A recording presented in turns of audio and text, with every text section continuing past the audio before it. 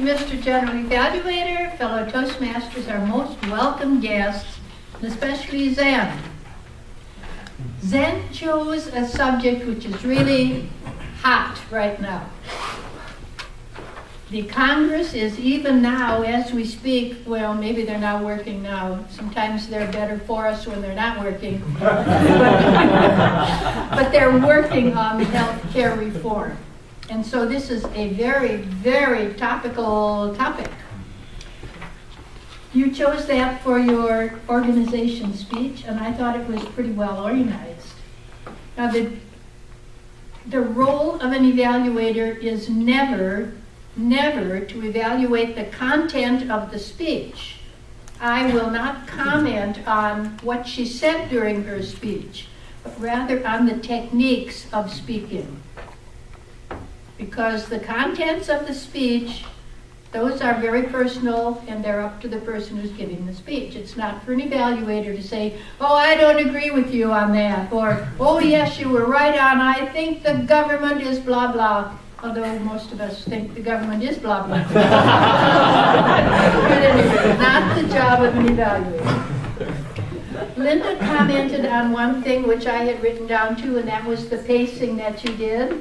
And it was exactly the same thing. When you're thinking really hard and you're pacing back and forth, you are looking down at the floor instead of up at the audience. And when you look down at the floor, the audience can't hear you because your head's going up and down. So you can hear me when my head is up and I'm looking at you, but when I'm looking at the floor, it's muffled somewhat.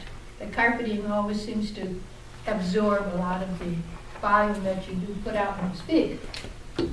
The second thing I would suggest is that you dump the glasses when you're speaking. It's very tempting to hold glasses or a pencil or something in your hand, but when you do, there is a tendency to use it for gesturing, which you did. And it was a little distracting because I was looking at your glasses instead of thinking about what you were saying. So your glasses are very lovely, but keep them in your pocket meanwhile.